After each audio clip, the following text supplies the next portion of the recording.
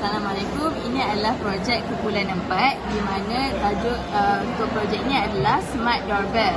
Kita ada 2 input dan 3 output. Input pertama adalah ultrasonic sensor dan juga input kedua adalah switch.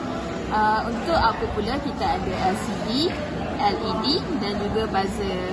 Ultrasonic sensor akan berfungsi sebagai pintu di mana sekiranya ada objek yang menghampiri ultrasonic sensor, di LCD akan terpaparnya jarak tersebut, dan sekiranya objek mendekati pintu sejarak 10 cm, lampu LED akan mula menyala.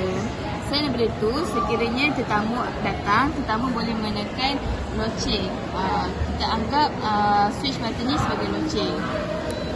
Bila mana kita tekan, lampu akan mula menyala dan juga buzzer akan berbunyi. Untuk buzzer, kita ada 200 millisecond delay. Jadi, sekiranya kita tekan banyak kali, tak akan berbunyi. Tapi, kita perlu menekannya satu persatu. Jadi, itulah keseluruhan projek daripada kumpulan 4. Terima kasih.